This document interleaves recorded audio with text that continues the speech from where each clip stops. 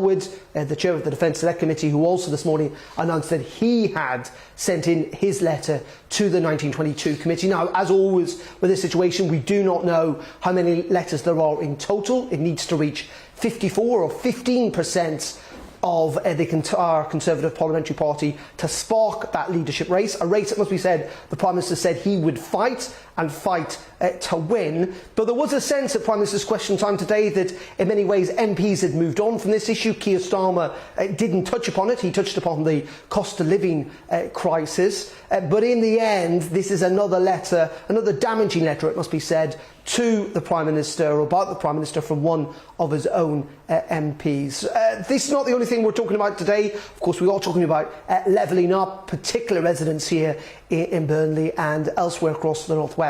But first of all, let's bring in my first guest during this programme. That is Jamie Wallace, who is the Conservative MP for Bridgend and joins us down the line. Jamie, very good afternoon to you. We'll get on to other issues in a moment, but first of all, another one of your colleagues feeling that they do not have confidence in your leader.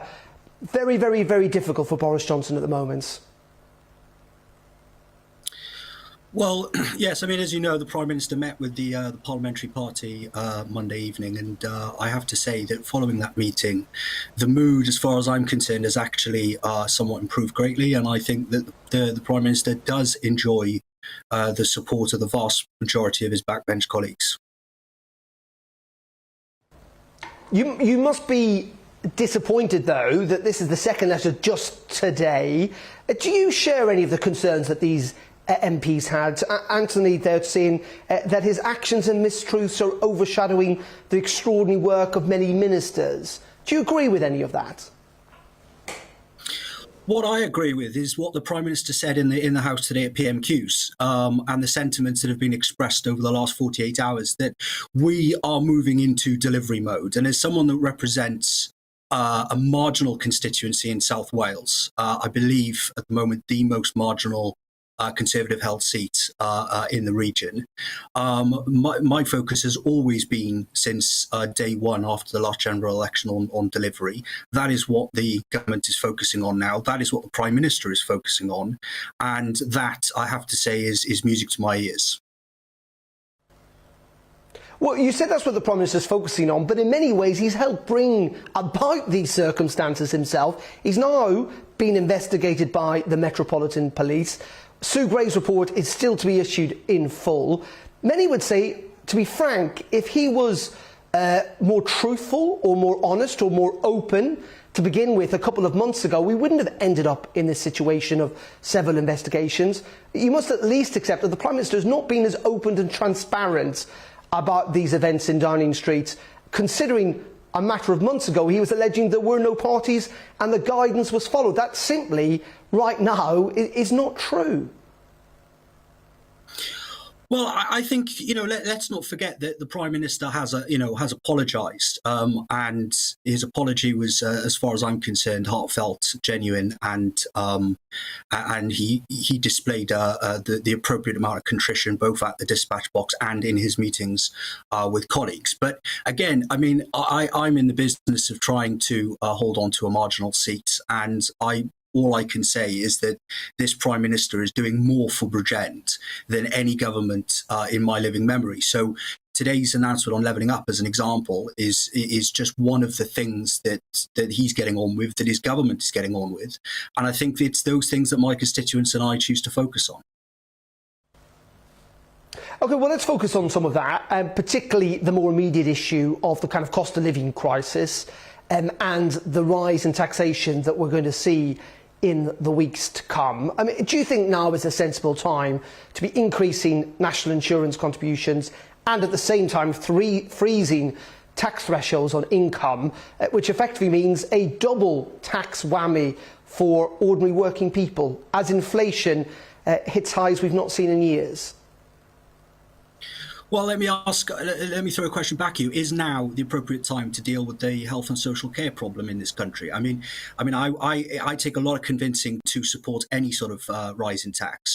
But when the pandemic hit, the Prime Minister stated that one of the reasons why we have to deal with this is simply because the number of beds that were being taken up, especially at discharge, was at levels that caused us additional challenges in trying to deal with the pandemic. You can't solve the problems in the NHS without solving the social care problem. And so if you believe now is the time to deal with that, then the answer to your question is yes.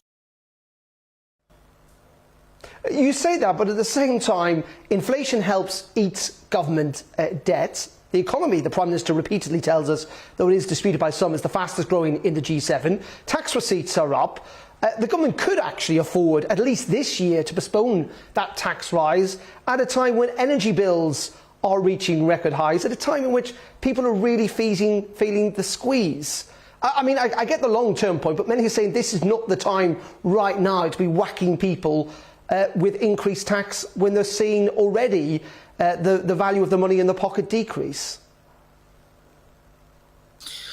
Absolutely. There's a valid point there that the timing of the tax rise alongside the rising energy costs and the cost of living crisis is something to be discussed and looked at. And I myself would always advocate wherever possible that we lower taxes as much as possible. And I simply cannot wait, and I'll be delighted for the day when I can walk through those lobbies to support a finance bill that does just that. But we do have to look at the situation that we're dealing with, and we can't go back to that time when Liam Byrne left that note in 2010 in the Chief Secretary to the Treasury's office saying, "I'm very sorry, but there's no money left," where borrowing had just escalated to a level where it was crippling our economy, and the economy was in freefall.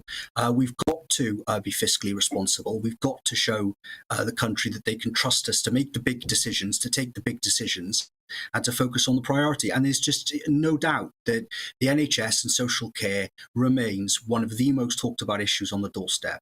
And so whilst I agree with you, timing there's never a good time to raise taxes, but now is the right time to deal with the health and social care systems in this country. And so unfortunately, it's something that, we are going to have to go ahead with. But as has been promised repeatedly by the Prime Minister and the Chancellor, as soon as we're able, unlike the opposition, we will be cutting taxes. OK, and just very finally, Jamie, on levelling up, because we've just been listening, of course, to Michael Cove and Lisa Nandy. This is a flagship policy of the government. When you stand in Bridgend at the next election, what measurements should your constituents go by to view whether it has been a success or not? What are the measurements to the people of Bridgend that levelling up has been a success at the next election? Well, I think there's two factors here, because in Bridgend, of course, the levelling up agenda will cross into some devolved territory as well. But ultimately, it's going to be whether or not which politicians actually delivered, which ones actually got on and did it. So if you take the example of our Freeports policy, I happen to believe that the Bridgend and Port Talbot area lend themselves very well to being a free port. But at the moment, we understand there's a obstruction coming from the Welsh Labour government in Cardiff Bay.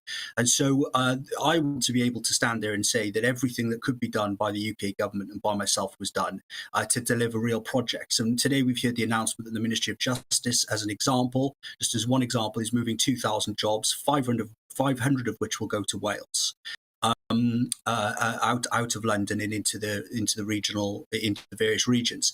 Now, I think if we see a stronger presence of the UK government, especially in the devolved areas where town centres have improved, jobs have improved, and the right type of jobs have improved, and there's been some sort of regeneration. And that, of course, is in addition to improvements in transport, which I'm confident that we will see. So, it's all about really levelling up isn't about any one policy or even a group of policies. It's really an ethos, and it's about whether or not you actually care about the areas of this country that for so long under successive opposition governments have felt left behind. And I think in 2019, what we saw was a prime minister that spoke to those people who understood how they felt. And I think that today's announcements are very much keeping us on track to deliver for those people. Well, yeah, we've run out of time, JB, but I mean, I'm sure many people will point out the Conservative Party have been in government for the last 12 years. So they've had lots of time to sort this out. But we're going to have to leave it there because we have run out of time and we need to bring in the Labour Party. Jamie, thank you, though. I appreciate you appearing on GB News. That's Jamie Wallace, the Labour MP, Conservative MP, sorry, for Bridgend. Let's speak to the Labour MP for Hornsey and Wood Green, which is Catherine West. Catherine, very good afternoon to you. Hello. Michael Gove pointed this out in the Commons, didn't he, just now? And he was just suggesting, Catherine, though, that in the end, actually, Labour fundamentally agrees with this levelling up agenda. They do want to see, you guys want to see more devolution, you want to see extra investment in many of these communities. Look, we really welcome the debate. It's getting round to the things which matter to people. But obviously, this government, the Tory party, have been in for going on 12 years, and things like basics around education, transport, local government, these things have all been cut back so much from 2010 onwards, when Mr. Osborne was the Chancellor, that we've really never recovered. And I think with the 2 years that we had coronavirus, that also held us back. So now what we want to see is more jobs, people having better pay, people having more provision for their older age, fixing the NHS, fixing the cancer waiting times, which are the highest ever that anyone can remember who's working in the NHS. There are a number of key priority areas, and it's very nice for Mr. Gove to stand up in the House of Commons and talk about levelling up, but it doesn't feel as though any of it's been delivered. Well, that's not my I mean, that's a fair enough point for you to make, but my point is, which bit of you, or which bit of it, sorry, do you disagree with? What do you oppose in this levelling up agenda? Shouldn't you almost be working with the government to try and deliver it? Well, definitely, and I'm really pleased that some of the mayors like Tracy Brabin and so on have been working with the government to get the priorities right. We also welcome Andy Haldane, who was leading the industrial strategy, which the government canned. They seem to have brought him back. But what we would like to see is the words matched with funding, because it's all very well to say that you're going to have more trains or more buses, but as Jamie Wallace said just before me, he's expecting it to happen. It will happen, but it's all a bit jammed tomorrow, isn't it? They have had 12 years to get this right, and yet we still have buses which are too infrequent. We still have not enough children's social workers in local government. We still don't have enough teaching staff in our schools, too many supply teachers, and not enough of our children getting to the basic level by the end of year 6, and not enough of our children passing at GCSE level to go on to university and college. Let's move on to the cost of living crisis if we can, Catherine. You and your colleagues have been very clear that you don't agree with this national insurance rise to help pay for the National Health Service and long-term social care. Yet you do accept that taxes are going to have to rise, don't you? Is the Labour Party suggesting that these tax increases, none of them will hit individual taxpayers? So strictly on the national insurance contribution question, we feel right now what's happening in the economy is we're coming out of COVID, and hopefully, given that Omicron is not as bad as what we thought, hopefully people will be able to go back into work, get the economy going again, provide a bit more growth. Then we should have another look at the figures in the autumn and see what's happening in the economy.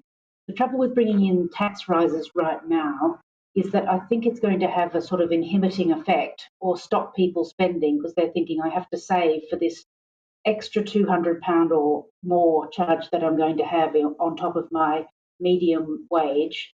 And also for employers, if you think about it, they've had a lot of setbacks and costs to do with COVID. There's been a lot of move in the labour market, and now suddenly employers are being told that they have to pay more to employ people, because don't forget, this national insurance contribution isn't just for workers, it also affects employers. And the last thing you want to do when you want to see the economy taking off and growing is for employers to be feeling hesitant about taking on more staff, because this is what will happen with this particular proposal, and that's why we do not support it.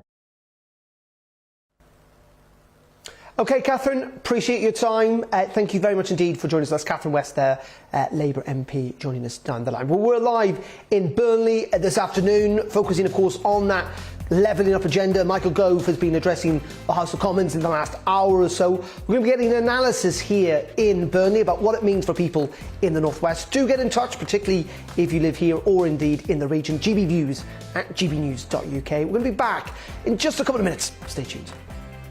My name's Tom Harwood, and every weekday we bring you The Briefing live from 9:30 a.m. The stories, analysis and live debate that you need to hear. Quite right, Tom, of course. Was this something that had been considered at all? Difficult to answer. Gas-guzzling helicopters circling. Noise is being made here. Joe Biden walking out. Thank you very much for joining us. Don't miss it. The Briefing with me, Tom Harwood, Monday to Friday, 9:30 a.m. on GB News.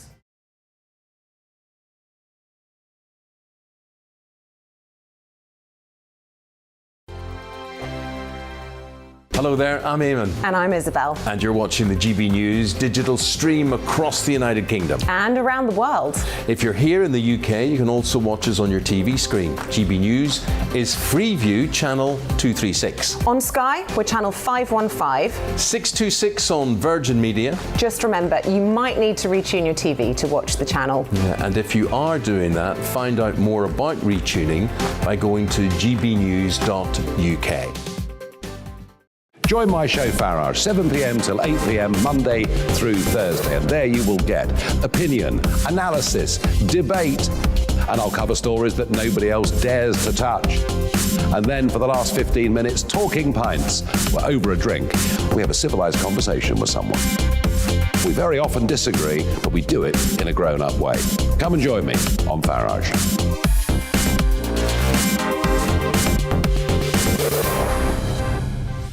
I'm Dan Wootton. Join me Monday to Thursday from 9 to 11 for the feistiest and most fun news debate on TV, where free speech reigns. I'll bring you a sharp take on the day's biggest stories, bombshell newsmaker interviews, and A-list guests.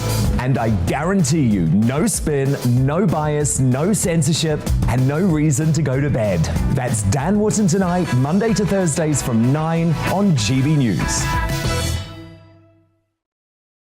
Hello there, I'm Eamon Holmes. And I'm Isabel Webster. And we hope you can join us for Breakfast with Eamon. And Isabel. You make me laugh out loud, belly laugh. Is that important first thing in the morning? Yeah, absolutely. And there's me trying to be deadly serious. News is a serious business. Yeah, I have to rein you in sometimes. Well, it doesn't stop us laughing at it. It doesn't stop us having an opinion on what's going on. Yeah. And it certainly will not stop us reflecting what you think. Weekdays from 6 to 9:30 on GB News. My name is Andrew Doyle. Join me every Sunday evening at 7 p.m. for Free Speech Nation. This is a show where we address current affairs and news stories of the week with the help of two wonderful comedian panellists. I brought in comics because I want to give it a lighter edge, and also they work for less. See you there.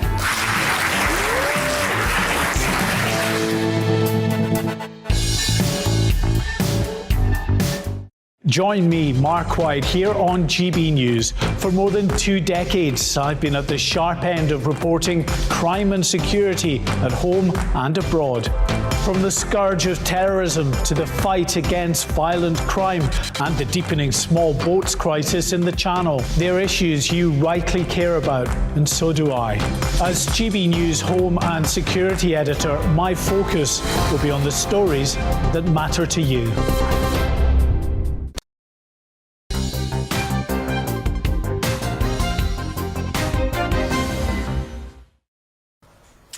Very welcome back to GB News Live from Burnley. It is 27 minutes past 3 p.m. on this Wednesday afternoon. Thank you very much indeed for your company. A lot of politics around today. Another Conservative MP just handed in his letter to the 1922 committee calling on the Prime Minister to resign. Additionally, we've just heard from Michael Gove in the House of Commons talking about his levelling up agenda. Well, as we're in Burnley, let's talk to the local MP. He's Anthony Higginson-Bossum, who joined us down the line now from Parliament. Anthony, very good afternoon to you.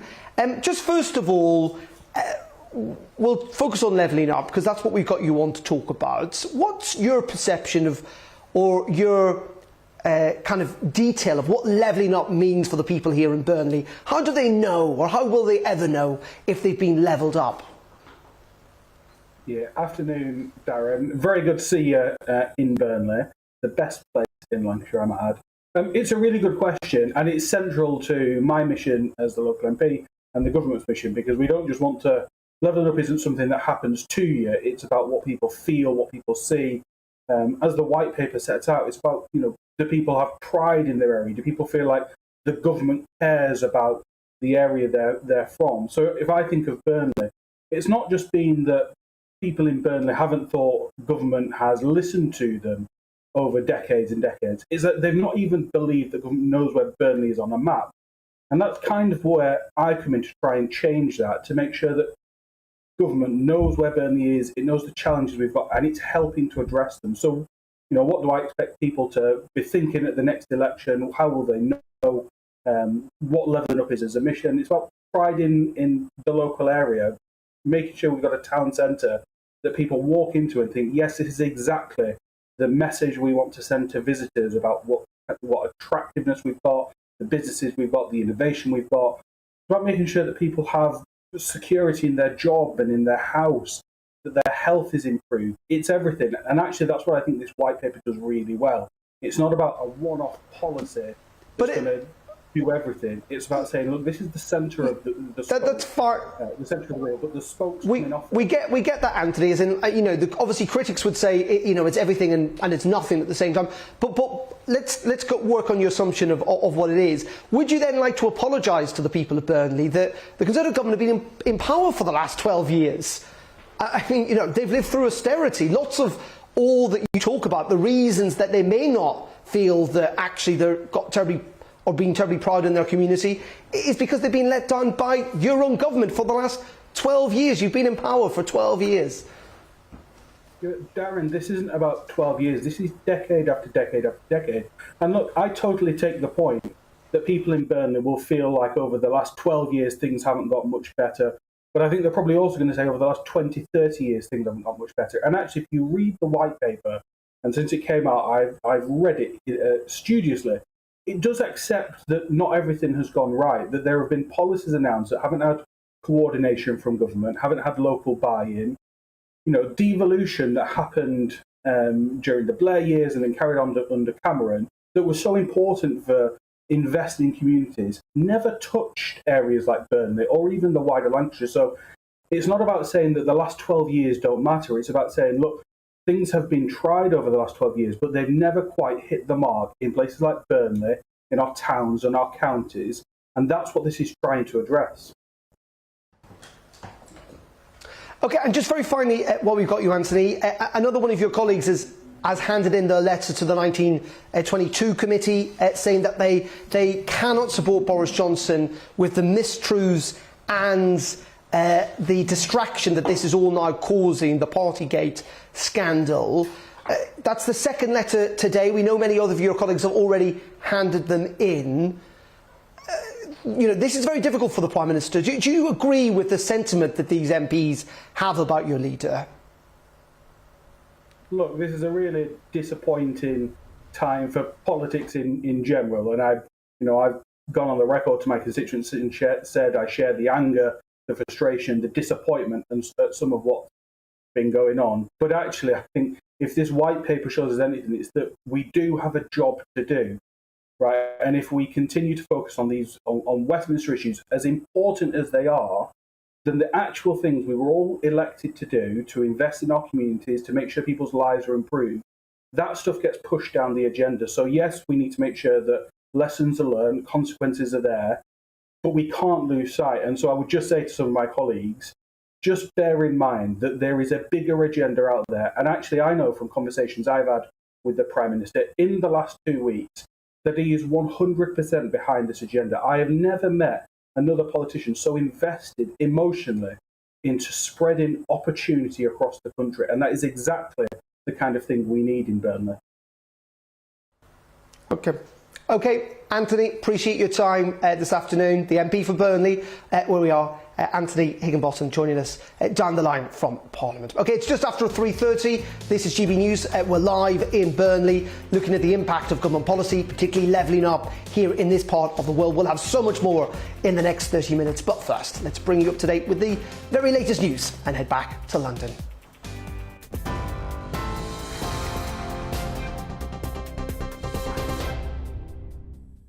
Good afternoon. It is 3:33. I'm Rosie Wright here to keep you up to date on GB News. The Levelling Up Secretary has unveiled the government's plans to tackle regional inequalities and level up the country. Michael Gove pledged that by 2030, pay, employment and productivity will grow in every area of the UK.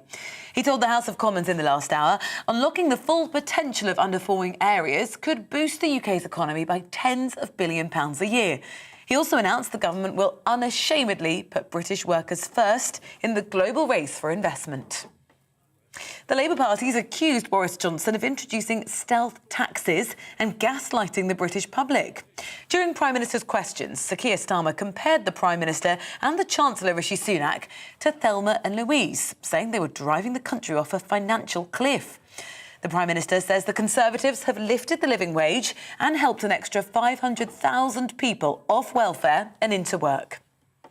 President Joe Biden is sending nearly 3,000 troops to Poland, Germany and Romania in response to rising tensions over Ukraine. Last week, the US military put about 8,500 soldiers on alert to be ready to deploy to Europe if needed. It comes as former heavyweight boxing champion Wada Kichto joined Ukraine's reserve army. Thousands of pieces of memorabilia made to mark the Queen's Platinum Jubilee have been significantly discounted after producers failed to spot a mistake. A Chinese manufacturer made more than 10,000 teacups, mugs and plates with Jubilee written as Jubilee. You're now up to date here on GB News. We're on your TV, online and DAB Plus radio. A short break now and then we'll be back to the briefing with Darren.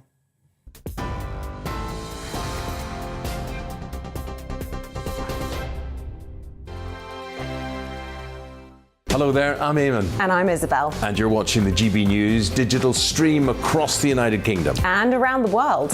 If you're here in the UK, you can also watch us on your TV screen. GB News is Freeview channel 236. On Sky, we're channel 515. 626 on Virgin Media. Just remember, you might need to retune your TV to watch the channel. Yeah, and if you are doing that, find out more about retuning by going to gbnews.uk. Join my show Farrar, 7 p.m. till 8 p.m. Monday through Thursday, and there you will get opinion, analysis, debate, and I'll cover stories that nobody else dares to touch. And then for the last 15 minutes, talking pints. We're over a drink. We have a civilised conversation with someone. We very often disagree, but we do it in a grown-up way. Come and join me on Farage.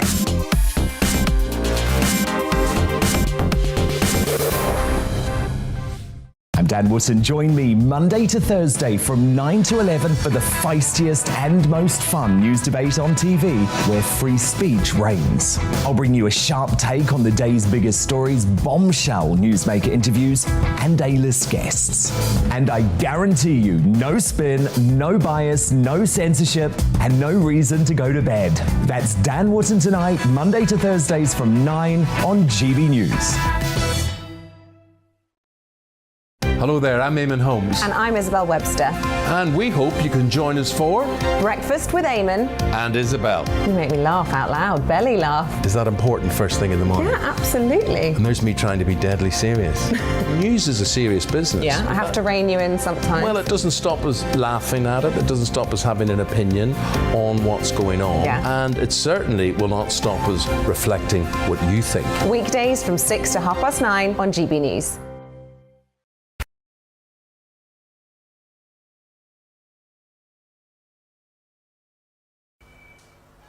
A very good afternoon. Welcome back to the briefing live here on GB News. It is 23 minutes to 4 o'clock on this Wednesday afternoon. We're talking about the Levelling Up agenda. We're live in Burnley. Michael Gove in the last hour has been spelling out what the government wants to do when it comes to, he says, raising people's expectations of government and what can be delivered and delivering for people, whether it's on healthcare, local devolution and better public services here in the North West and indeed across the north of England. Well, delighted to say, joining me here in Burnley, we've got two esteemed guests. We've got Carl Gaunt, who is a local journalist, and we've also got Councillor Anwar from the Labour Party. Thank you very much indeed for joining us. Carl, let's come to you first of all. Just set out kind of, I suppose, the difficulties that people here in Burnley face? One, the government talks about levelling up from where, if you like? Yeah, I mean, I suppose the biggest issues are mainly in housing. So Burnley is currently ranked as the 13th most income-deprived area in the country. There is a huge social housing crisis. There's around 1,404 people on social housing waiting lists. There's only been about 84 social houses built since 2010. So 12 years of austerity has forced people into poverty and lost jobs. And it's, you know, Anthony has a bit of a rose-tinted view on what levelling up means. Levelling up is getting people into better jobs, it's getting people educated better, and using the wide spectrum of opportunity that we have in Burnley. There's huge opportunity to get people back where we need to be after being hard hit through the pandemic, and that doesn't seem to be coming to fruition. And what do local people think here? I mean, do they know what levelling up means, or...? Truthfully, no, I don't think they do. I think it's another Tory buzzword, a bit like Northern Powerhouse. Nobody really knows what it means. I've done 24 hours research, and even I'm still a little bit confused about it. So I think they need to just get... Instead that people would, I would assume, would agree with the aspiration of it, which is essentially that there's a feeling that London and the South East have been the focus of governments for far too long, and that kind of places like Burnley and elsewhere have been forgotten about. Absolutely, and that is the general feeling. It's a north and south divide, and the people of Burnley deserve better, and they think that nobody really cares, and we've been given false promises before. This has happened year on year, and nothing really changes. So you can hope that there'll be a step change, and it will mark a step change, this new funding, but it does feel a little bit too little, too late. Councillor Anwar, let's bring you in on this from the Labour Party. I come back to that point that, you know, the details will be mapped out. We've got this white paper, but the emphasis is right. The Labour Party agree, don't they, that, you know, that you and the government should be focusing on trying to improve people's lives here and move away that emphasis from the south and southeast. Yeah, absolutely. I think one of the things that we're absolutely committed to is that devolution and giving more power to local areas. Baburn, has welcomed this. Andy Burnham has as well. You know, the Labour Party aren't fundamentally opposed to it. No, what we want in Lancashire is we want more power. We want devolution for Lancashire, and we want a deal for Lancashire. That's something that we want. But I think with regards to obviously what's been announced today, we've waited for this white paper to come out, and in terms of what we thought would be in there, it's promised lots, but it's actually delivered very little in terms of what we would have expected. I think it's been touched on just there in terms of what we would want, what we had and what we had taken away 10 or 12 years ago in terms of housing market renewal was in place. Places like Burnley were receiving government funding at one point up to £20 million a year to tackle the issue of housing. That was taken away. You look at the Shore Start centres, you look at youth and community, education. So what we're actually asking for in terms of levelling up is that, yes, we want it levelling up, but actually just give us back what was taken away for a start. Well, but also these problems pre-existed, even the Conservative government. You know, we recognise the Conservatives have been in power for the last 12 years, but, you know, this sense of kind of being left behind or forgotten about stretches back decades, irrespective of who is in power, surely. Yeah, and one of the reasons for that is that's why we want a deal for Lancashire, where Lancashire leaders can decide for themselves how that money is spent, and we have you know, the powers to deal with the way that funding comes in. But are you spending the money the right way? Someone's emailed, Andrea Whitehead's emailed in, saying that most councils in the north of England are Labour run. The money may well come up here, but Labour councils will squander it in even more cycle lanes. I mean, you know, the councillors have to take some responsibility for this as well. We accept budgets have been squeezed, but has the money been spent on the right things in the past 10 years? Well, the way we look at it and the way that we work as a local council is that, for example, some of the work that we're doing with our local businesses, supporting them in terms of one of the reports that came out, the Centre for Cities issued a report, released a report just last week, and in that, as part of that, one of the things that we found was that Burnley came out top as the area that performed the best and was least affected by the pandemic. And the reason for that is not because of government support. it's always welcome in terms of the way that business has been supported. But in actual fact, it's because we as a council in 2018 adopted a canal side and town centre master plan, as part of which we had a vision for our town centre. We work with our local businesses, we work with our local communities, and we support them. And as part of that plan, what we're trying to do is obviously deliver on that vision and plan that we have for the town centre, and that's why our businesses are thriving. Okay, Cal, let's come back to you just finally on this, about what matters more to people. You talk about how locals here don't quite know what levelling up means. There's been an awful lot of news focus, of course, recently, haven't there, on Partygate and the scandals and the events inside Downing Street, the champagne, the bottles of wine, the cheese boards and everything else. Has that resonated with the public here, or is there a sense that actually people are now a bit bored of it?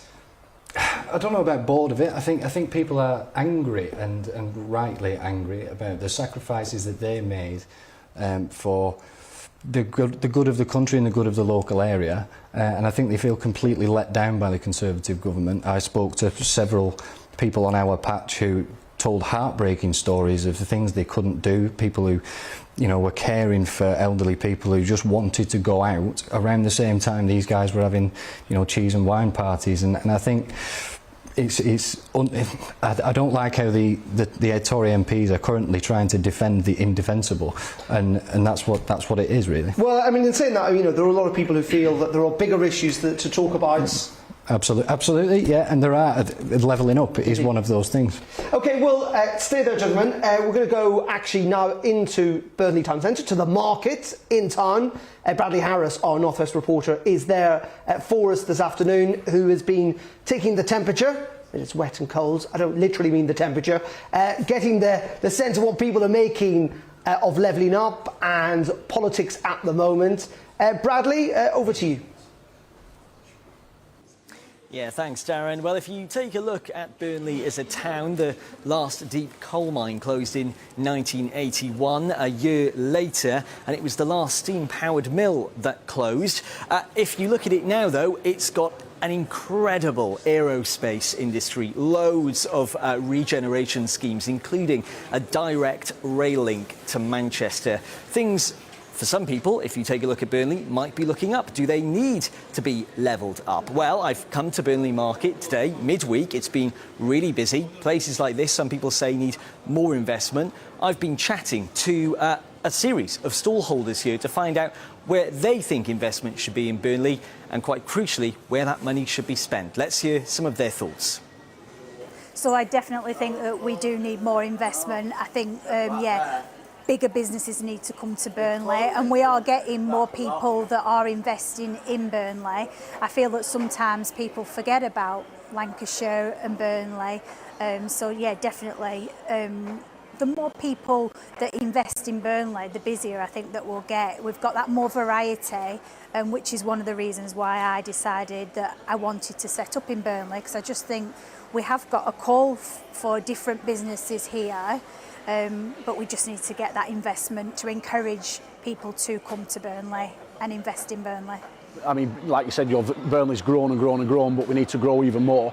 And I think likes of, reinvestment into the town, which is happening in terms of levelling up fund, money pumped into the local markets, our local communities, local amenities as well, to turn it into a major tourist attraction, which inevitably is going to bring more funding into the town. A lot of people set up on high streets, and I think we need to again regenerate markets within local towns and bring something back, and providing something like frontline furniture. It's allowing people in the community affordable furniture for their houses, and therefore supporting probably the lower income side of families to have decent things in the house. Our market here, it was built in the 60s, and it looks like it's never really had a revamp, so we could probably do with a few quid here. Further afield, Burnley is in a great location. It's right close to the Pennines, the Yorkshire Dales, the Forest of Bowland. We've got loads of canals, loads of old derelict mills, and all of those could be renovated, and we could have a very successful tourism industry here. Burnley was a huge industrial town when the textile business was here, and ever since the textile business died out, it's been going downhill, and we need something to bring it back up to its former glory. It's got the people, it's got everything really, apart from some investment. There we are. It's got everything apart from investment. You heard some of the thoughts there from some of the stallholders. Let's not forget, though, back in October, they had a successful bid of around £20 million from the Levelling Up Fund, which means that they can go ahead with 3 major regeneration schemes, just including a couple I'll mention now, including improvements to the University of Central Lancashire, including Manchester Road Railway Station, that direct link to Manchester from Burnley. So those schemes can go ahead. Others, though, feel like the government aren't listening to smaller towns. Some people here in Burnley feel like the government have forgotten about this place, but certainly some of the people I've been speaking to here love Burnley. They love where they live and they just want some investment. And just very finally, Bradley, you've been looking at the Office for National Statistics. Apparently he's got a device now on his website which you can compare your local area to other parts of the UK to see how good or how bad things are. Yeah, this is actually a recent thing that I discovered and I've been taking a look at today. As you say, Darren, the Office for National Statistics have launched a big new database. It's available to anyone online. You can basically check how levelled up your local council area is. I've taken a quick look at Burnley. Of course, we've been here all day today as part of our North West Week. Out of the 15 measures available for Burnley, 2 were classified as positive and 4 as negative. Now, in terms of the negative indicators, those are things like the employment rate, GCSEs in English and Maths by age 19. Of course, those are areas that Michael Gove is looking to address as part of this levelling up plan. Positive indicators, though, the gigabit-capable broadband, we're talking about 5G there, that's looking promising here, and a drive to a large employment centre. As I say, industries, factories, way back, 10 or 15 years ago, you would have seen factories closing. But now those more advanced manufacturing plants, aerospace, those kinds of industries are actually doing really well in Burnley. Of course, those are statistics from the ONS. We've got to remember, though, that doesn't actually reflect the everyday life of people who live and work here. But still interesting, though, to see that in black and white from the ONS. Of course, if you want to check, you can do. The stats and the information is available online, and it's a brilliant way of checking how levelled up your local council area is, Darren.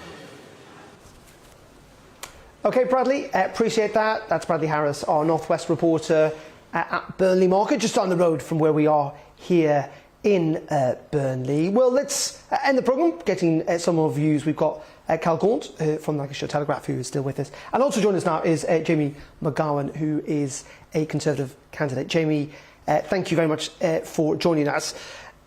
Many people may well be quite impressed by the levelling up agenda. They certainly may well agree with some of the aims. But frankly, they may ask, well, why would we trust the Conservative Party when you guys have been in power for the last 12 years? And for large parts of that time, it's been austerity. It's been cutting back on public funding in Burnley and elsewhere. Well, first off, good afternoon, Darren. It's good to be on. I mean, in terms of Burnley, we saw a major change in 2019. For the first time in everybody's lifetime, a Conservative Member of Parliament was elected, and the local Conservative parties, have been making inroads as well. I think when you talk about the issue of trust, I mean, we're already seeing levelling up in Burnley right now. It's not a case of waiting for today to see what Michael Gove set out in the House of Parliament. It was something that over the last 2 years we've been witnessing, whether it's the £20 million levelling up fund bid that we were successful with, or the Pioneer Place development that's got off the ground in Burnley. I mean, there are big changes happening in Burnley right now. There are big changes, but I mean, frankly, 20 million quids, it's not going to make a massive world of difference. I mean, I'm sure it's welcome money. It's not going to transform this place, though, is it? Well, I think it's the start of a journey, and also it's a real change from what Burnley's previously seen. We have, and I think it's right to say, been a bit of a forgotten borough. Burnley and Padiham has been forgotten, and we're seeing that change. And what I take out of the brief statement made by Michael Gove today was it's a culture shift in terms of government actually knowing that Burnley and Padiham, it actually exists. It's on the map, and we want to make a difference to this place. Let's just focus on, obviously, Partygate, if we can, for a second, just because we've had 2 MPs today put in their letters. You know, a lot of people, as you've rightly pointed out, switched their vote, didn't they, in 2019 from Labour, or maybe not voting at all, to Boris Johnson. How much damage has this episode done to him? Well, look, I mean, I were upset about it myself. I know that people, friends, family, I were born in Burnley, I live in Burnley. I know people are upset about it.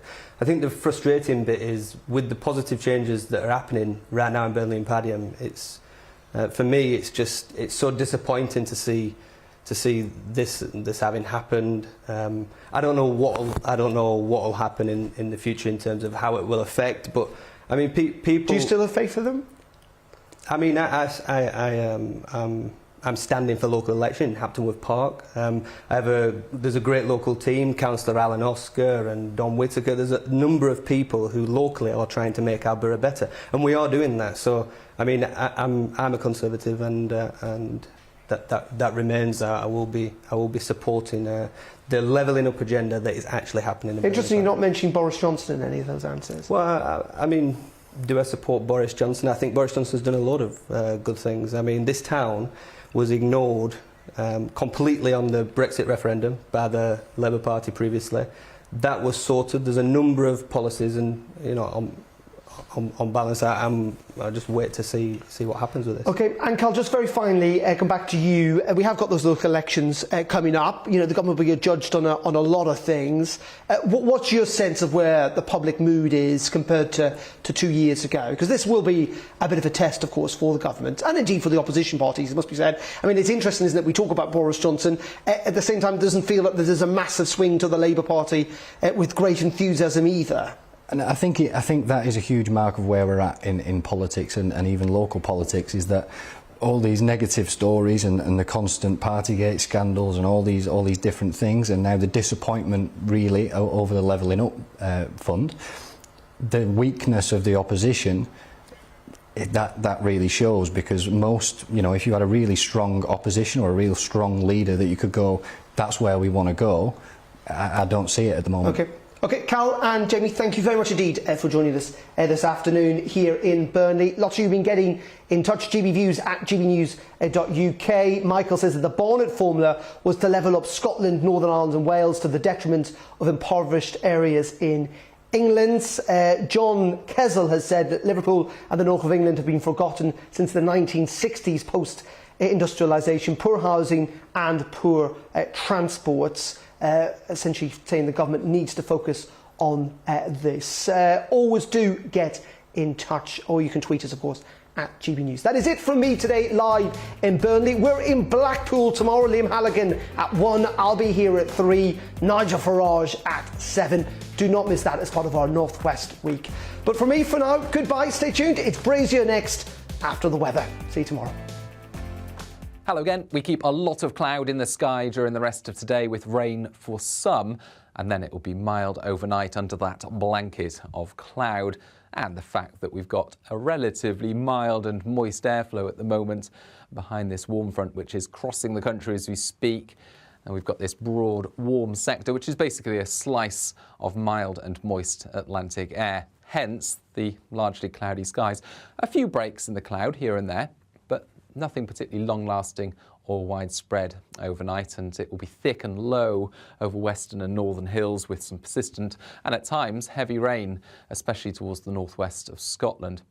So of course, a frost-free night, a mild night for most of us, 7 or 8 Celsius for the majority as we wake up on Thursday.